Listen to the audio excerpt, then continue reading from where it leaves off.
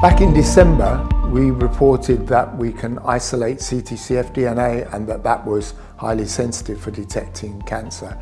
What we've found since then is that not only is CTCF DNA highly sensitive for detecting cancer, but it only occurs in cancer samples. There isn't any of it in healthy samples at all.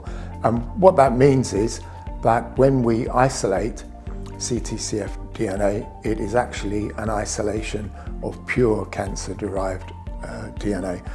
That's a huge claim. It's monumentous really in terms of liquid biopsy. And what I'm going to do now is just explain exactly how and why it works in a bit more detail. The biggest problem in liquid biopsy that's never actually been solved is that the vast majority of the DNA that is found in bloodstreams occurs as nucleosomes. So there isn't floating around in your blood little pieces of Watson-Crick double helix DNA. What's really in your bloodstream is fragments of chromosomes from dead cells, including dead cancer cells. And the vast majority of these chromosome fragments are nucleosomes, as in this picture here. But because DNA is DNA and a nucleosome is a nucleosome, it's near impossible to tell which nucleosomes and DNA come from a cancer and which ones are healthy. So in this picture there's 40 or 50 nucleosomes. One might come from a cancer, but which one is very difficult to tell. In current methods, what people do is that they look for some slight difference between these nucleosomes. Usually that would be a mutation that occurs in cancer, but there are some other ways as well. All of these ways are difficult and have their sensitivities impaired by the fact that the vast majority of the nucleosomes are very, very similar, but not from cancer. So what have we done that is so fabulous and momentous? What we've actually done is, for the first time ever, we can isolate pure DNA that comes from the cancer and get rid of all of that background DNA. So essentially, if you find something there, it's from the cancer. We do this in 2 steps. So the first step is actually a physical removal where we can actually remove almost all, 99.7% of the background DNA that exists.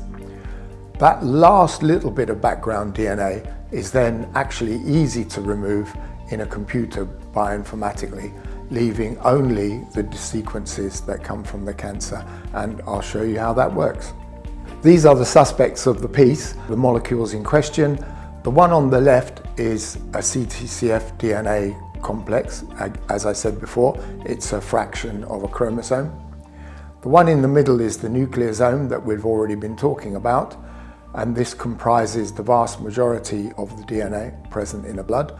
And the one on the right is known as a nicked nucleosome, and it's exactly the same as the nucleosome in the middle, but the DNA has been cut. So instead of having one DNA strand which is 170 base pairs long, you might have 2 or 3 which are 40 or 50 or 60 base pairs long. And you can see that the CTCF DNA on the left is also ultra-short DNA, less than 100 base pairs. But once you've extracted all the DNA and you've got some 40, 50, 60, 70 base pair fragments, it's impossible really to know whether they were attached to a CTCF molecule or part of a nicked nucleosome. So how can we tell the difference? Well, this slide shows how. Here I've got 100 or so nucleosomes and I've got one CTCF DNA molecule, that's this blue one here. And what we can do is use an antibody to just bind to that one particularly and pull it out. And then we can wash all of the others away. So we wash all the nucleosomes away and there'll be just a tiny bit of nucleosomes left. And the reason that there's a tiny bit left is because no practical method is 100% perfect. So we've got CTCF DNA and a little bit of nucleosome material left. But that nucleosome material, we can easily tell which of the sequences that are left are nucleosomes because, first of all, they don't have the sequence required to bind to CTCF. Second of all, they're the wrong size. And all we need to do in the computer is to tell it to ignore those sequences, and then what's left is only this blue CTCF DNA molecule. Everything else is gone, and that molecule is pure tumor-derived DNA. It's not all of the tumor-derived DNA, but it is pure tumor-derived DNA. One word just on the practical method of pulling out the CTCF DNA. We actually do that with an antibody as shown on this slide.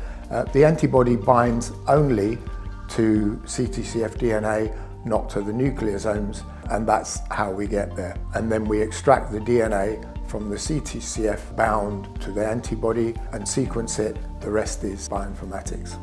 When we do this method, we get an 180-fold, that's 18,000% enrichment of CTCF DNA, because we get rid of virtually all the background, and we still recover at least half or so of the CTCF DNA that's present. That's a world first. Nobody else has ever managed to pull out transcription factor DNA from the blood.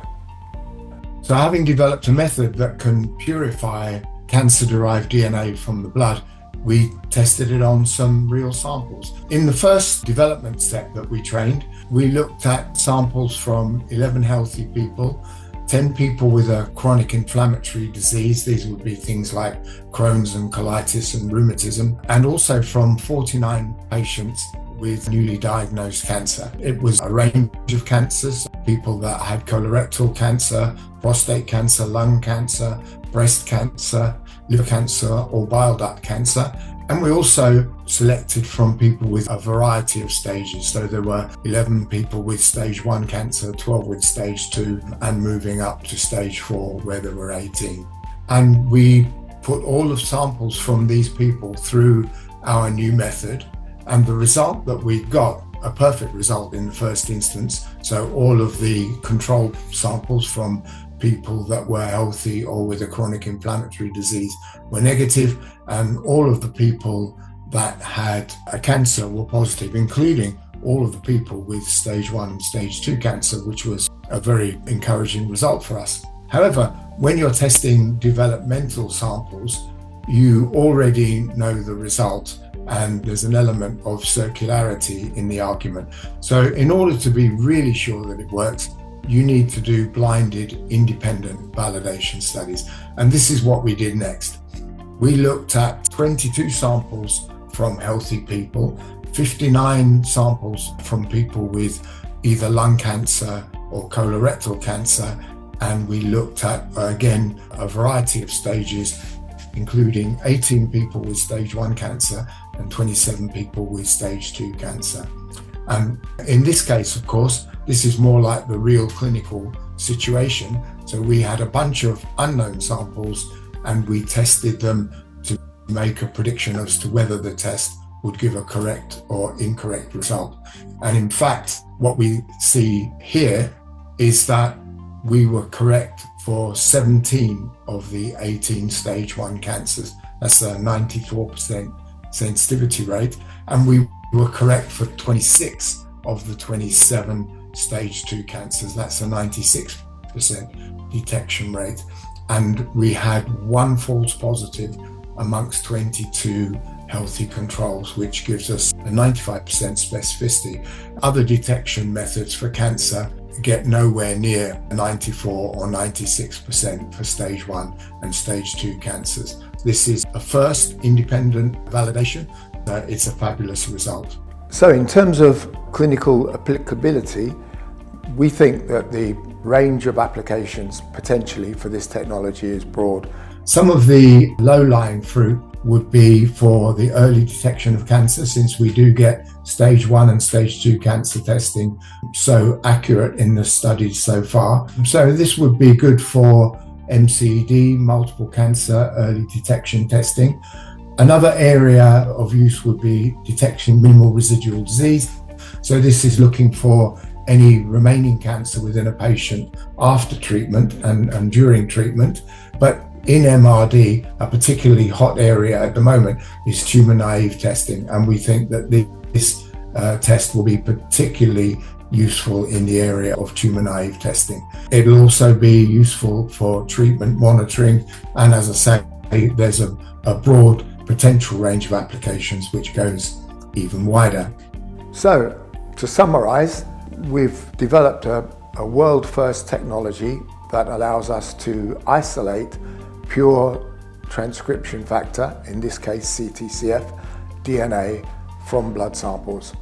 And another world first, that means we can isolate pure DNA that comes from a cancer.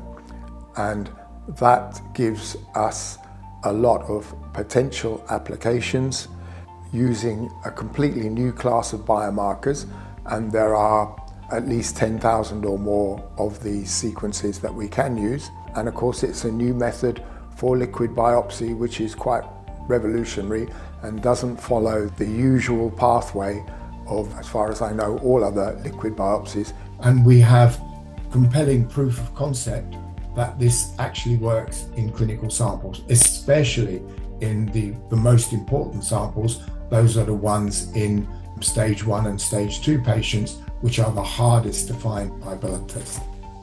And finally, I'd just like to add that this is the culmination of quite a few years' work at Volition, involving quite a lot of people. And in terms of intellectual property and patents, of course, because nobody else is working in this area, we have multiple patents and very broad claims because it's not a crowded field. And we're very excited about moving this technology forward on our own and also with partners.